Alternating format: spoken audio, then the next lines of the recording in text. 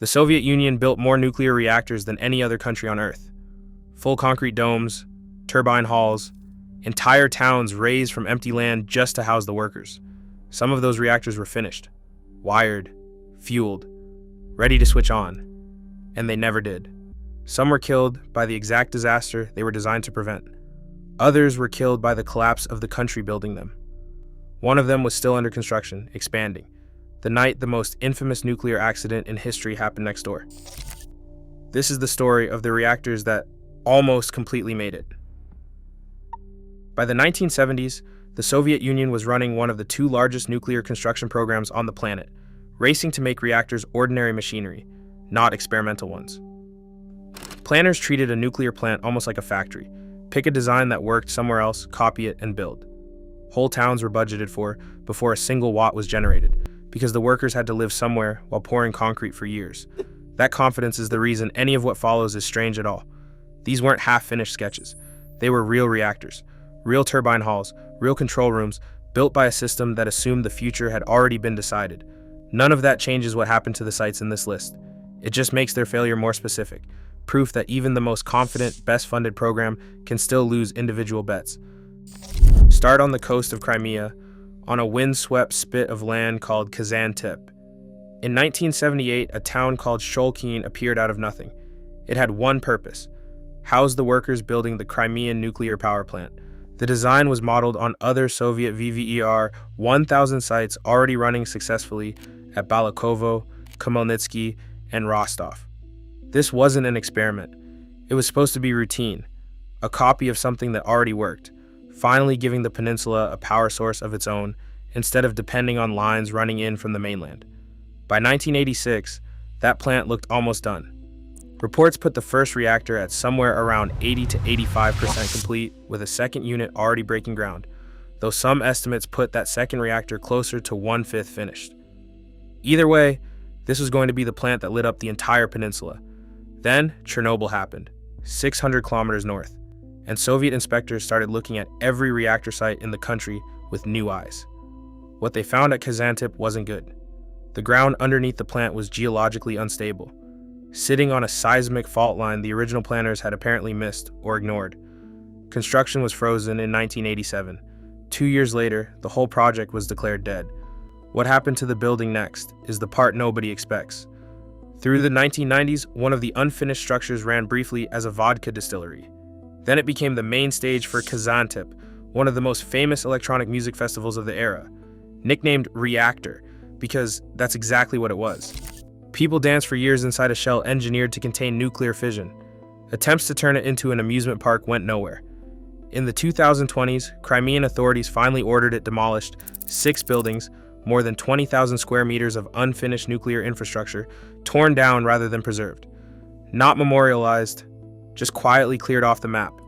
That reactor was killed because nobody could trust the ground it stood on. The next one was killed because nobody could trust the people building it. Until decades later, they tried to overrule their own decision anyway. Northeast of Moscow, construction on the Kostroma nuclear power plant started in 1979, under a design personally approved at the top of the Soviet government.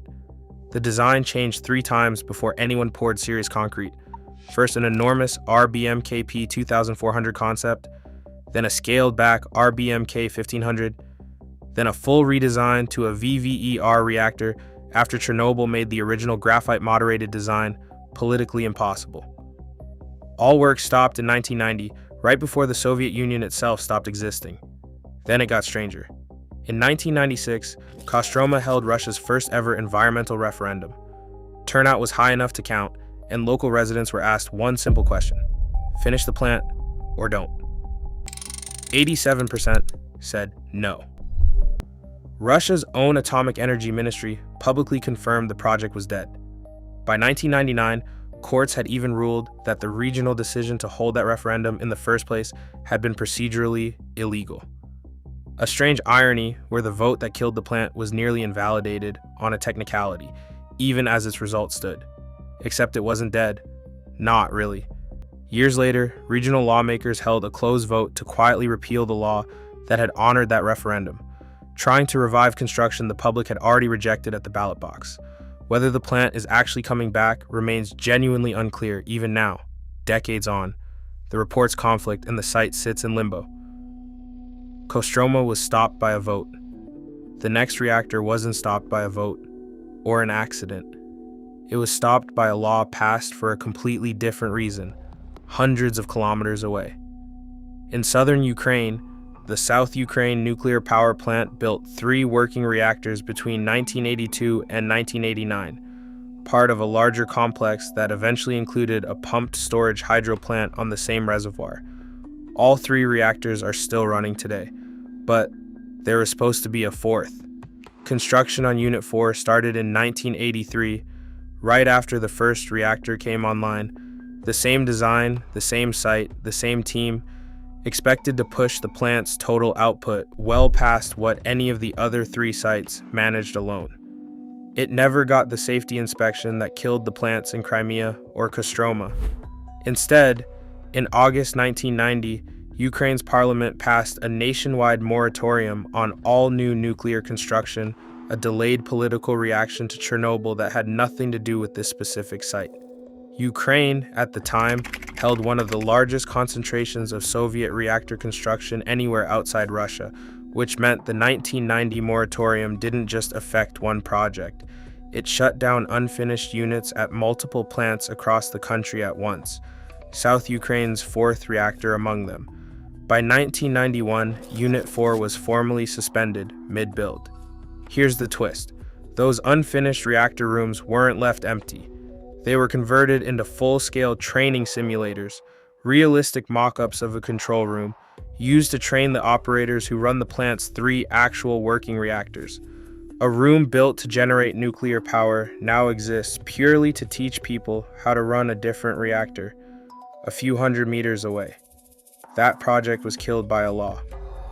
The next one was killed by something slower and more human.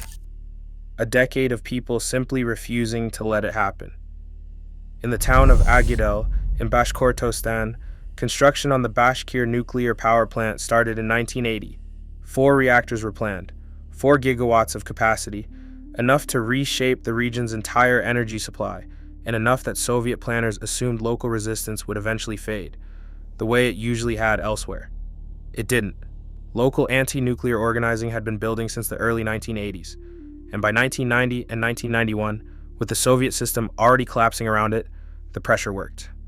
The project was scrapped outright, not by an accident, not by a law passed elsewhere, but by 10 years of sustained local resistance. Unlike Crimea or Chernobyl, Bashkir never got far enough to leave behind a haunting ruin. Most of the site was cleared or left as unfinished groundwork.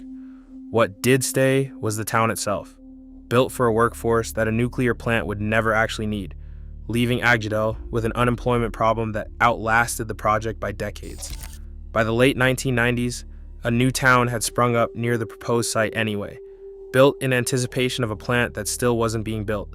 Regional officials have floated reviving it more than once since, at one point even announcing a target commissioning year, though nothing has come of it, and the current status remains unresolved.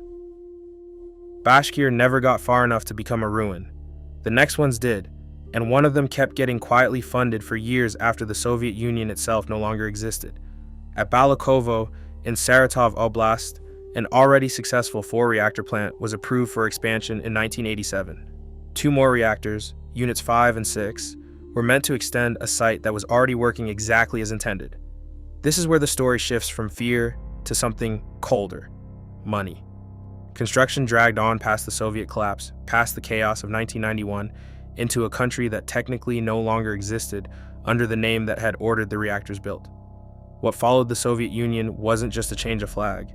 It was hyperinflation running past 2,000% in a single year, and an economy contracting by double digits annually, the kind of collapse that made finishing an expensive reactor complex almost impossible to justify. Across the wider Soviet nuclear program, similar funding collapses stalled or killed unfinished units at half a dozen other sites in these same years, Balakovo's 5th and 6th reactors among the first to go. The formal cancellation came on December 28, 1992, over a year after the USSR was gone. No safety scandal, no public referendum, just a state that had run out of both the authority and the funds to finish what it started. Balakovo's reactors died quietly, on paper, in an office somewhere. The next ones didn't get that mercy. They died slowly, in plain sight for over 2 decades. At Kursk, another already operating plant was approved for 2 more RBMK units in the mid-1980s, the same reactor design running at Chernobyl. Unit 6 was formally closed out in 1993, not long after the Soviet collapse, which fits the pattern by now. Unit 5 didn't get the same treatment. It sat in bureaucratic limbo, neither canceled nor completed, for nearly 20 more years. It wasn't formally shut down until 2012. The exact reasons for that decades-long delay aren't well documented, and some of it remains genuinely unclear. But the fact itself is almost stranger than any single disaster or protest. A reactor first contracted under Brezhnev wasn't officially declared dead until the era of smartphones. Nobody protested it. Nobody demolished it. It simply lingered, half real, on the books of 3 different governments until someone finally signed the paperwork.